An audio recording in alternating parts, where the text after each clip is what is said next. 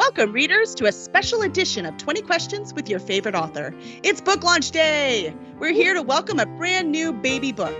I'm Kelly Lynn Colby, editorial director at Cursed Dragon Ship Publishing. This week, we're celebrating J.M. Jordan and the release of Daughter of a King in the Daughters of Tehran series.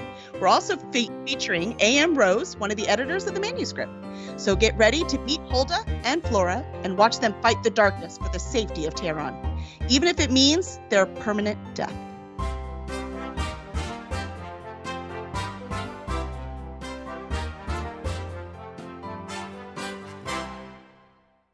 Yay!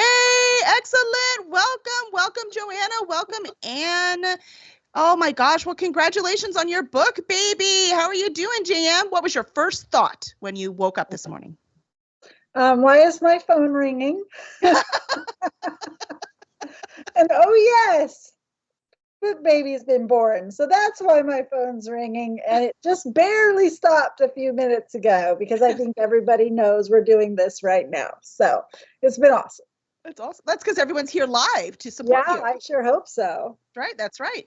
So let's see. I want to read the back cover real quick so the audience knows what we're talking about and can purchase their copy before we're done here tonight.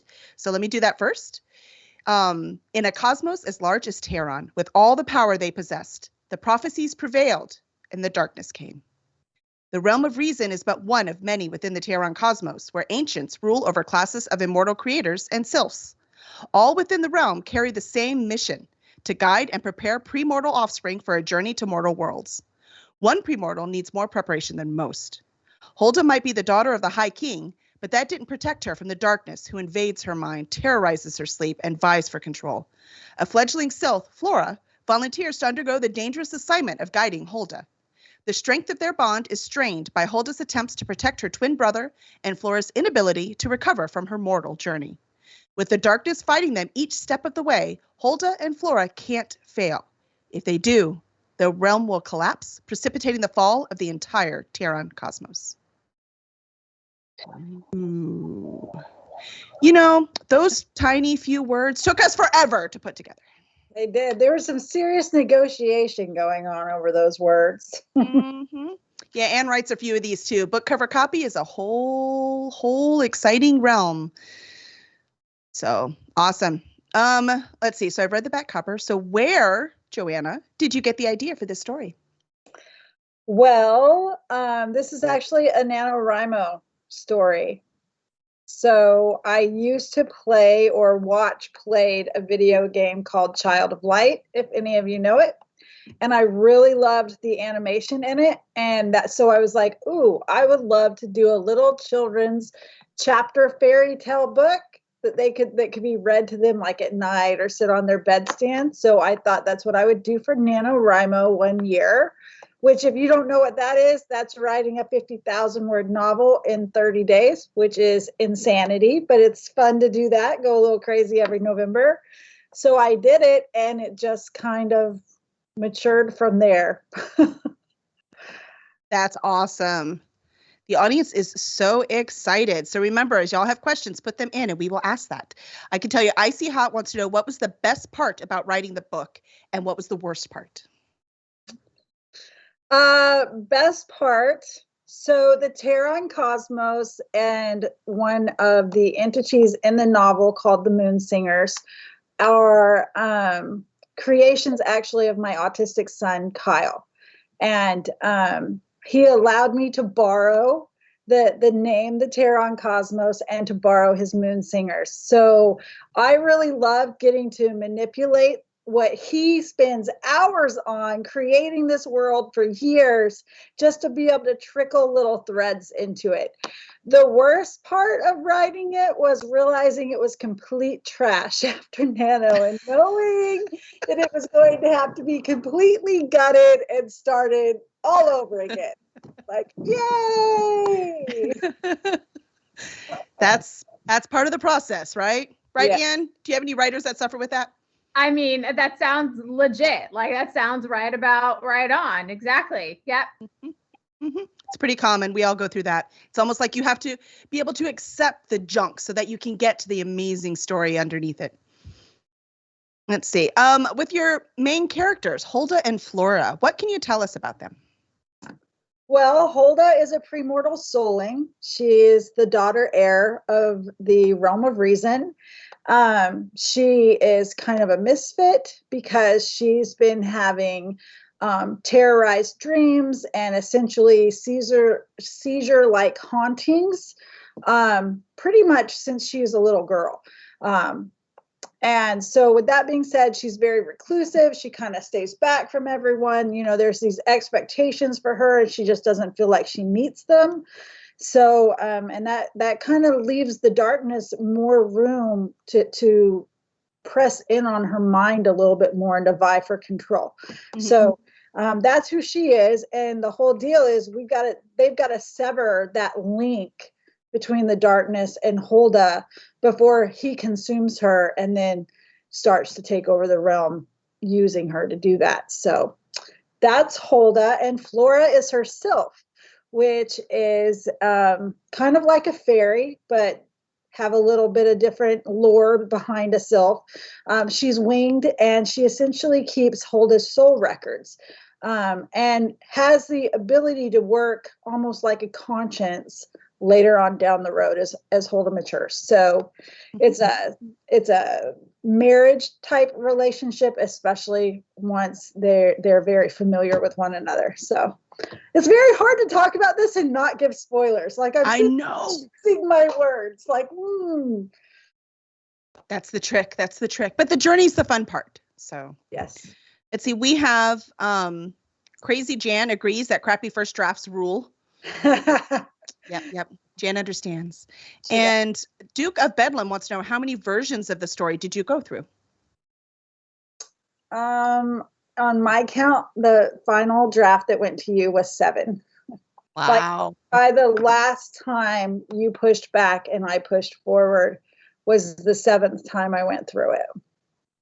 That's actually not too bad. The first 3 were pretty cruddy though. Like the first 3 was like, oh. It's because say that the first draft is you telling yourself the story. Yeah. That's true. But when I sent it, the Cursed Dragon ship though, it should not have been sent. So look at Kelly's eyes. She's like, well, secret. I didn't finish it the first time. I didn't figure you did because it needed help. It needed a lot of help. Yeah. But by the second time, I was like, oh, yeah, I knew there was potential here because now we're talking. It's a gamble, right? It's always a gamble with a new author. Like, Anne, you work with a lot of authors editing their work. So do you have the same kind of gamble? Like sometimes you take a chance even if you didn't finish it? No. I guess I'm the brave one.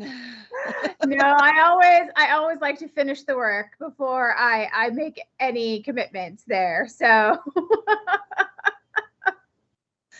it helped though. I knew Joanna. Yes. Right. So it helps to know the person. Yeah. I knew she would go through it. I knew she would finish it. And I knew we both had the same goal, which was to make an amazing story for readers, which I think we pretty much did. It's awesome. I can't wait till you see it. So, and the link keeps going up. So if you don't have your copy, please get it. Let's see. Tess Humphrey says, I remember your face when you clicked send. Now I want a picture. I mean, there should be pictures of these things. We should have evidence.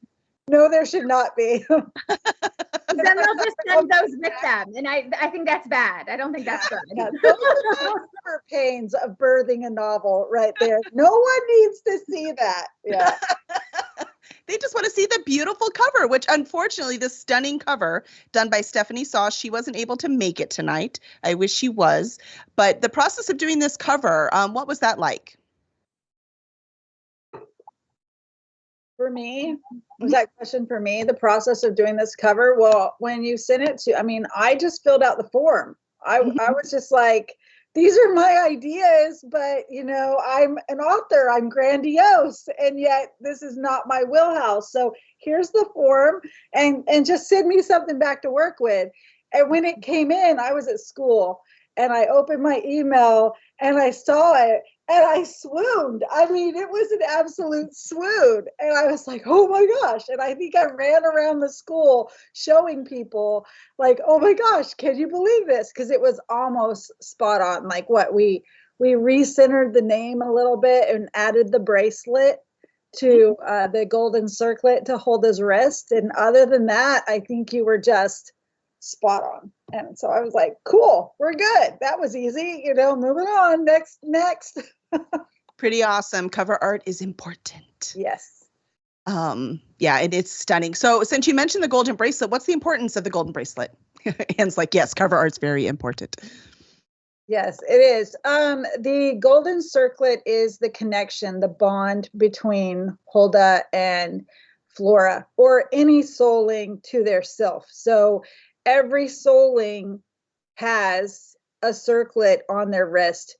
Whether or not they can see that circlet depends on the site and where they happen to be in their maturity process. So, yeah, I'm again trying to avoid the spoilers here. Moving right along. Yeah, but that's world building. That's okay. There's no spoilers with that. So that's good. Yeah. So the Taron symbol, you talked a little bit about your son and the moon singers. The Taron symbol is special to you. And I have, let's see if I can see it on the screen. Blurry. You gotta unblur yourself. See that I blurry don't know how. background Make it stop. nonsense doesn't work. Gotta stop that blur background. Yeah, you don't know how to do it. You would think if you put it in front of your face, well, there's a Taron symbol. You're just gonna have to trust me. And so on that symbol, why is it important to you? Well, Kyle drew that symbol. Uh-oh, Zapho's finding it, I think. That's very big, Zapho. So scroll up. There you go. There's the Taron symbol. That one. Okay, now they can see it. Thanks, dude. This is live, by the way. It's live. So that awesome Taron symbol. Who drew that? Why is it important? Kyle drew that. It's one of his signature drawings. He's been asking me to get it tattooed on him for years. And I'm like, yeah, for your birthday next year, I'll take my autistic son to the tattoo parlor. No problem, I'm sure it'll be fine. Yeah, it's going to be fine. So now I think I'm going to have to, since we've published it. Yeah, so that was his symbol, and that was part of the cover art thing. I sent it to you and said, if we can incorporate this somehow, it would mean a lot to me to put it in there for him. So it's there. And when I showed it to him, he got excited and he looked at me and he said, well, it's about time. That's awesome. I love it. No, so that was fun. Well, Anne, having proofread the novel and as an agent, who do you think will enjoy Daughter of a King? Wow. So I think that it has like a wide range of marketing potential for age groups. I think that, I know for sure, like the young adult audience will like it a lot for a lot of different reasons. I think that there's going to be plenty of adult readers that really like it. I do actually think that if you have some adventurous upper middle graders, I think that they could probably sink into this one as well, because there's nothing that's like there's like no inappropriateness in there or anything. I don't even think there's any foul language or anything, if I'm remembering correctly. So, there is on her shirt some really bad language. Did you see what her shirt said? Joanna's shirt says. Yeah. Pish posh. That's the bad language. That's it. That bad language in my class. It doesn't get. So I think that, some upper middle grade all the way till, forever could really enjoy the story. I think it has quite a range. Excellent. As an experienced editor with a ridiculous number of hours under your belt, ridiculous, and does a lot of editing. What did you find challenging, or what do you find challenging about fantasy novels? Oh, me. We're talking to me still. Oh, okay. I'm like, I'm so not important. I'm not even sure why I'm here. Because you helped birth. We'd like to have the people who helped birth the book on. Like I said, Stephanie would be on if we could have got her. Okay, fair. Well, I think sometimes it can be challenging to get all the world, and make sure that the world makes sense, and just making sure the world building is cohesive and all of that. I didn't have any of that problems with this novel, though. The version that I read, it felt very easy to follow, just kind of go along with the flow. Like it didn't feel challenging in that sense. So thanks for making my job easier. No problem. I'll be happy You're to welcome. very soon. One thing I think is funny is that I keep in my head, I pronounced her name Hulda. You know, I have no idea if I'm doing it right. See, I'm not the narrator. How do you pronounce it, Joanna? Hulda is Okay. how Google says it. So, but Frankie Porter, our narrator, says it the way Anne says it. So I looked it up, but I mean, I might be Americanizing it, quite honestly. I mean, it's a Hebrew name that's, you know, in the Old Testament. So I don't know. I don't speak Hebrew. So, you know. We didn't get a Hebrew narrator. I mean, come on. Yes, the narrator is British. Frankie's awesome. So the whole thing will be in. Oh, so it'll be a British speak the entire time. So definitely a bit Hulda. That's why you say it like that, Anne. Oh, so lovely. I love it. Love it. It's bloody brilliant. I say I have to watch BBC stuff 80% of the time, and I still can't do a British accent. So well done, Anne. Nice. It's nice. I cannot do it. Let's see, Joanna, I've been reading the reviews from your early readers, and we've got like from the minute I started reading, I was hooked and feel immersed in Hulda's world. Another reviewer said the strength and vulnerability of the characters and their passion will captivate you. Jordan effectively portrays a battle against darkness with plot twists that capture the reader's attention and keep you turning the pages. As an editor, I feel relief that the readers adore this novel. How do these make you feel? Giddy, excited, grateful, really grateful that so many people were willing to read it early and be on there early today, leaving reviews. I mean, it's really awesome to have a network of people that lift you up. You know, writing is a lonely and a very vulnerable experience, you know, and then you birth it to the world and say, hey, everybody, come tell me if my baby's ugly or not, you know. Yeah, come judge me. Hey. Whoop, whoop.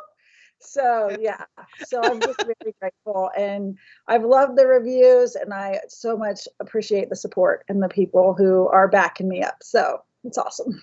That's awesome. I'll tell you, some of the audience wants to know where they can get a shirt like that. They're all excited about merchandise. Okay, well, I'm going to work on it. I actually got this at a store in Crosby that does vinyl. And my printer just turned on for no reason. Sorry about that if you hear the bumps and the clicks. I was actually talking to her. We had these made for school. There's like 5 of us and we wore them today. So now I think, and I got you one, Kelly. So it's hanging in my closet. So you've got the Pish Posh too. But yeah, I'm going to look into some merchandising and see what we can do when we start doing live book signings, because that's fun. So awesome. I'll say that one reviewer also said that you feel the author's heart and soul reflected in the pages.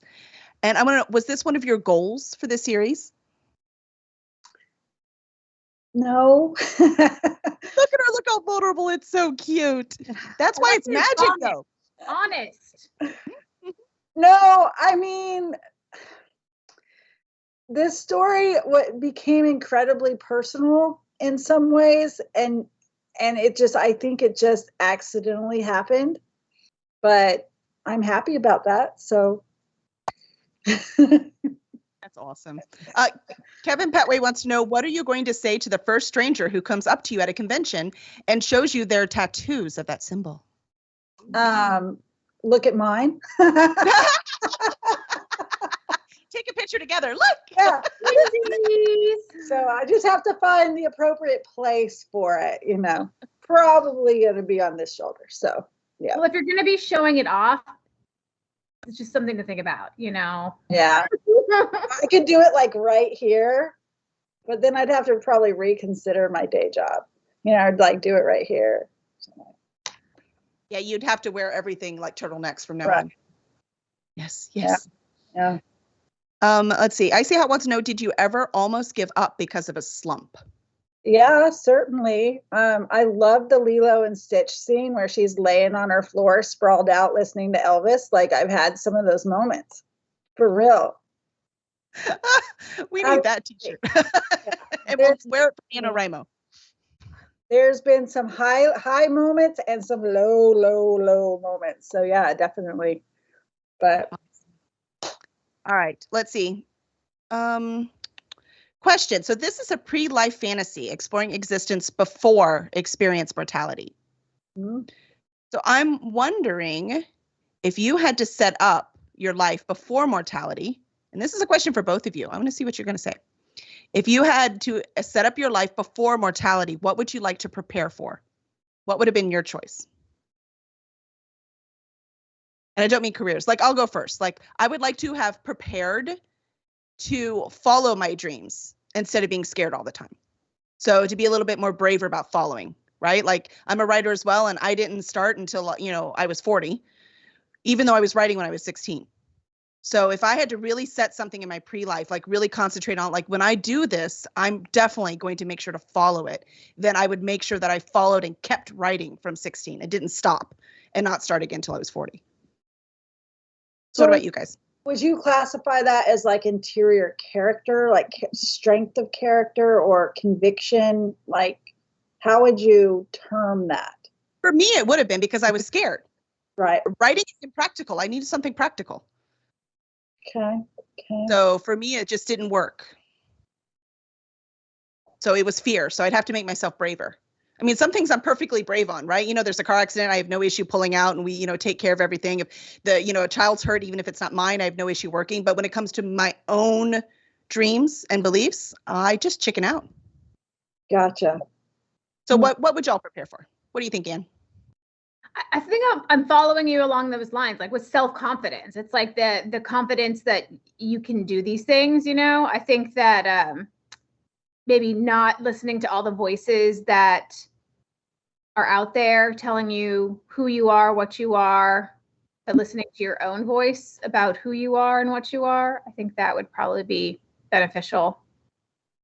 I like that. It's a good answer. Thanks. What about you, Joanne? Mm-hmm. So I've thought about this a little bit just in writing this because I have to consider, like where we're going as we progress in these novels. And for me personally, I think I would have appreciated, like, I don't want to lose anything I've currently got, right? Like I want intelligence and strength and the ability to wordsmith and all that. But I think I would really have appreciated growing a line of healing and forward focus on other people. Like, it's very easy for me to consider Joanna. Like, hi, it's me. So I really think a healing vein I would have liked to have pursued in addition with what I have now. Like, I would like to couple that and not lose anything, but gain that natural healer's comforter type perspective, which I struggle to have now. Does that make sense? That makes perfect sense. Yeah, I love it. I love it. So yeah, it's quite a thing. I was thinking about it. I was writing questions because I thought about it with the book. It's a very interesting concept to have this pre-life preparation time before you actually hit mortality. So I kind of like that. Let's see. Tess Humphreys wants to know if you have a favorite character. So I'm going to have to say you have to rule out Hulda and Flora. So besides those two, because they're mains, that's cheating. Who's your favorite character?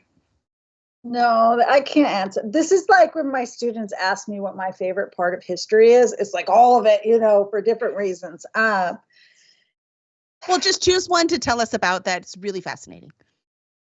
I love Emmett. I just do. Emmett. I kind of do. Yeah. Emmett is like that soft, safe space, and we don't see him a ton in this particular novel. Like, we see him enough, but I mean, he definitely is behind the scenes, moving and shaking and doing some stuff that will come out later on. And I just really appreciate who he is and the safety that he gives to Hulda as she's, so insecure, especially in those early chapters. So yeah, I love it. I'll tell you, Bobby says Francine and Jay Kreiser says Benny. Maybe Francine? Maybe both.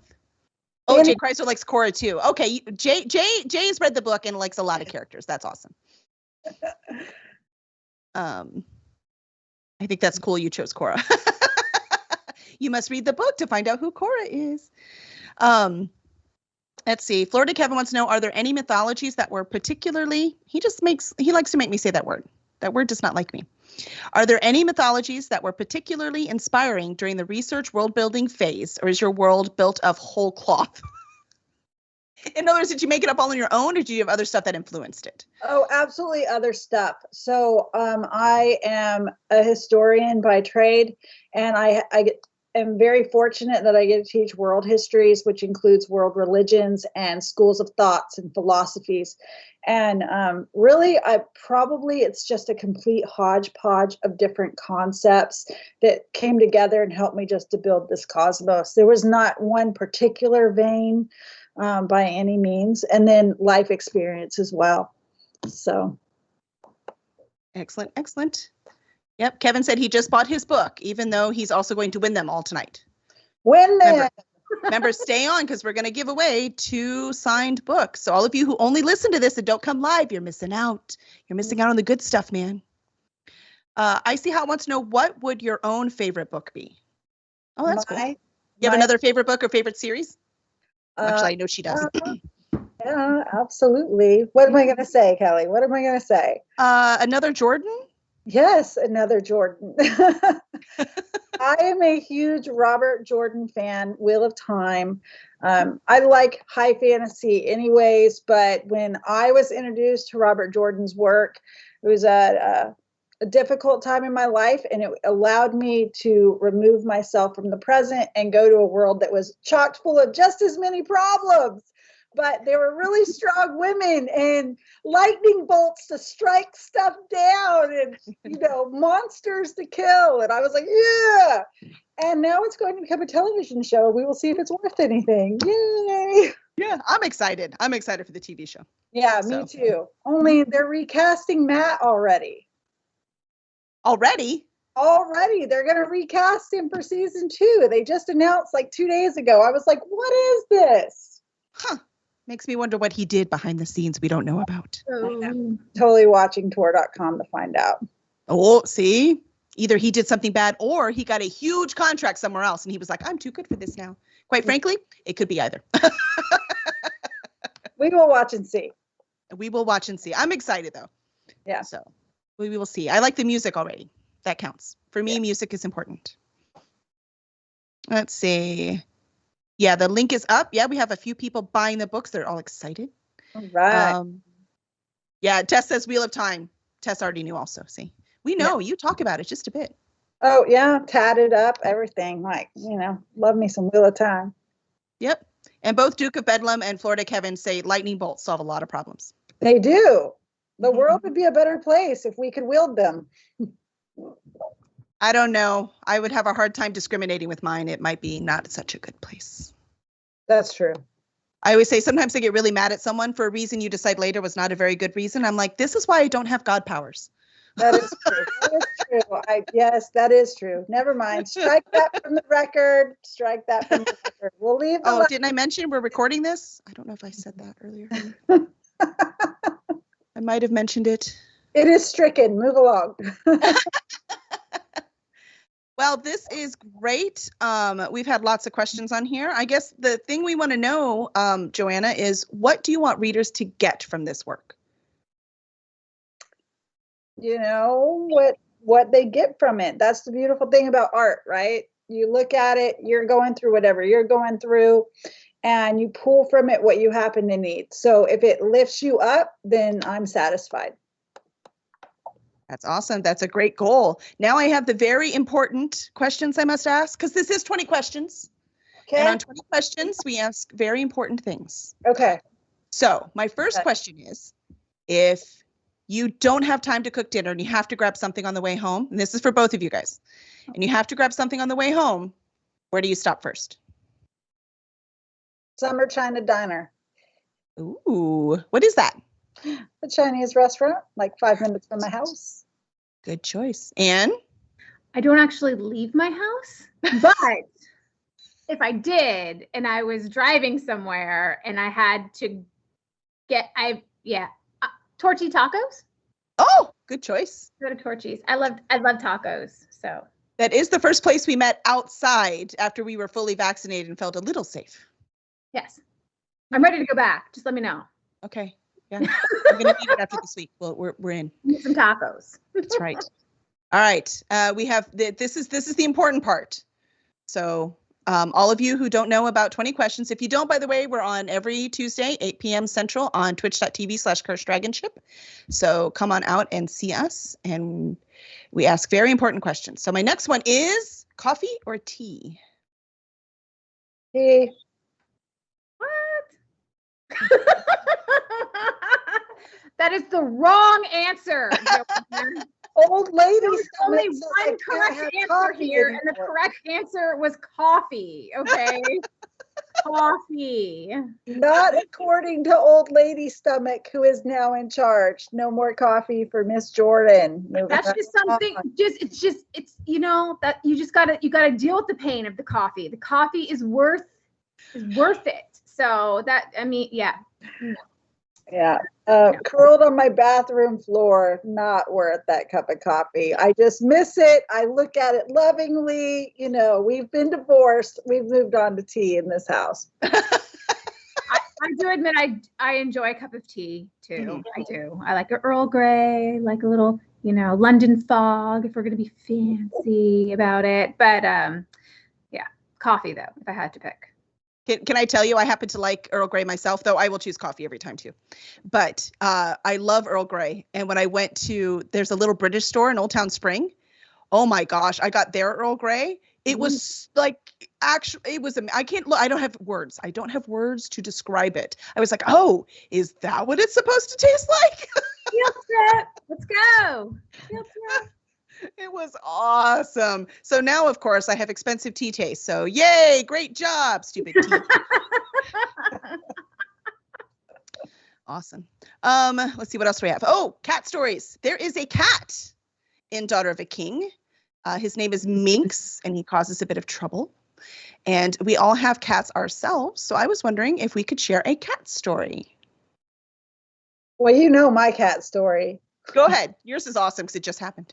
Yeah, it did. I came home ready to do this. The cat has eaten my headphones, so I had to haul butt to Best Buy while on the pizza run for tonight to buy a new microphone because I had chewed up headphones. So that's glorious. And yet we don't drown them in the bathtub. I just don't understand. Anne, how about you? My cat is the spawn of the devil. So he is evil and I love him. And he has a stuffed animal that he carries around in his mouth and he'll meow throughout the house. And if he can't find his stuffed animal, he'll just pick up random socks and then carry them around. And so he leaves socks everywhere in the house and he likes to put them in his water bowl too, which is super fun. Nice. So that's good stuff. I'm going to say with your two teenage boys, they have a great excuse for why they don't have any socks. They absolutely do because they're in the cat's water bowl because that's where they are. He also likes to eat paper.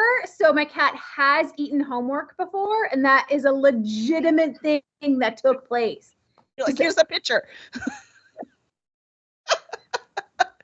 Yeah. I don't know why they say dogs eat homework. I mean, how often does that happen? The cats are much more destructive. So on this cat subject, Jay Kreiser sent me a meme the other day, or a meme-ish thing, and it says, the reason cats are so pissy is they're God's perfect killing machines, but they only weigh 8 pounds and we keep picking them up and kissing them. It's fair. It's fair. We watch a lot of that the zoo shows, like Day at the Zoo or behind the scenes at the zoo and stuff. And whenever they do the tigers, I'm like, that is the exact personality of our cats. Yep. The only reason we can have them as pets is because they weigh 8 pounds. If they were 600 pounds like the tiger, we could not have them in our house. My cat is so fat, he is not 8 pounds, though. Yeah. Well, there are exceptions. That's because he has to eat his water. He can't drink it. The socks soaked it all up. No, the socks are in the way. Absolutely. Well, he only actually likes to drink water, not from his water bowl, but from a cup that you leave in the bathtub for him. That's where he drinks the water. Yeah, our cat does not like to share the water that the dogs drink because ew, dog germs. So if there's any water laying anywhere else, and that's what he'll drink out of. Anywhere. So toilet. I probably should get smart like you and just set up water for him somewhere and pretend we left it there on accident. No, he'll wait. He jumps in the bathtub and he waits. And so he has to hold the cup and you have to fill it up. And you can't let it spill out because if it spills out, then he gets really anxious about that. He doesn't like that. But he'll sit there while you fill it up and then you have to put it in front of him and then he'll drink it.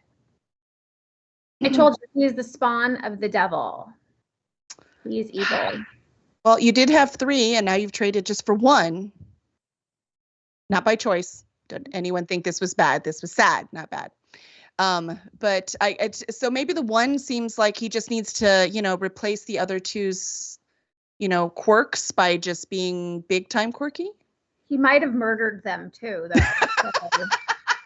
That is possible. He's like, this is my house now. I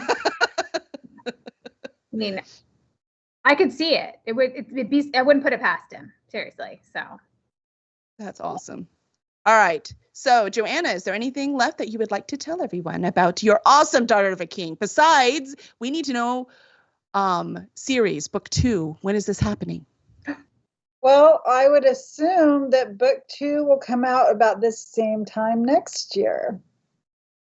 Yes, her publisher shakes her head. Yes. Now that's on recording. So if I get any calls about how I can't quite make the deadline, sorry, it's recording. All of your readers are waiting now. I'll make the deadline. This is called peer pressure, just so y'all are wondering. It is. So anything else that I'd like to say? Right now we're planned out at 5 novels, right? And that could always change as the narrative changes a little bit, but I'm pretty sure that's where we'll land. But it's a big cosmos. We could always do other stuff with it too. There's a short coming out in November, right, Kelly? Mm-hmm. And that's almost like a prequel. So you're going to want to watch for the short because the short has some prophecies in it, which is pretty nice. And I was getting some suggestions at lunch today of some other things I should write to fill in some holes. So nice. There are other things to do. I love it. Yeah. So there's that. And tomorrow is Departure Day. Oh, explain to the audience what that means. I forgot that was tomorrow. You told me and I forgot. Tell them what that means. So the fall equinox and the spring equinox is when mature soulings leave the realm to go to the mortal worlds. So tomorrow in the Terran cosmos, there's a bunch of mature soulings who are heading out to become mortal. Wah-ha-ha-ha. That's so cool. Awesome. Don't forget to tell everyone that you want them to also not just buy a copy of the book, but also to leave you a review on any site or every site possible. Just copy and paste that bad boy everywhere you can. Yes. And also request at libraries and tell your friends about it. Don't forget to say that too. Just a little plug. Thank you. That's it, Anne. We're having you on every one of these now. That's right. Like Zafo says, reviews are the best present you can give your author. Yes. Always remember. So we've been putting the link in for people to buy, but for anyone who's just listening, it's in the show notes. And you can also go to just search for Daughter of a King, J.M. Jordan, and it'll pop up. So you'll have it on there. It is on paperback right now and ebook. You can also get the paperback on Barnes & Noble if you don't like Amazon. I know there's people that don't. It's also on Kindle Unlimited. So if you happen to have that, you can read it for free there. And the audio will be coming out in a couple months. So we'll make sure to let you know. The narrator we love was very busy and couldn't start till October. And we're like, we don't care. We love you. Do it then. Thanks. So that will be coming out as well.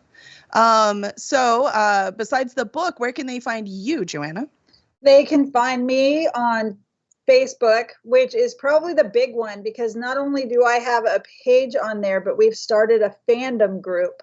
So right now it's titled Launch Party, but we're going to be changing that week to, Terran Cosmos fandom. I don't know, we'll come up with something swanky, but that's where there's going to be more information, heads up on the shorts that are coming out, and just whatever, all things Terran, which is awesome because we really want to grow that community. So please, if you're on here, go join that group. I'm on there almost every day. I'm also on Instagram. I am on Twitter and LinkedIn too, and Pinterest, believe it or not. So, I'm a little bit of everywhere. Pick your flavor. And it's JM Jordan everywhere? It is. Yeah. Perfect. And Anne, where can everyone find you and your work? Me? Well, you can find me on Twitter. I'm always there at Anne M. Rose. That's where you find me most of the time. I'm on Facebook, which is AM Rose Author. And then I also have a website, which is www.amroseauthor.com. I have a Pinterest too. I think on Pinterest and on Instagram, I'm both totally fantastic.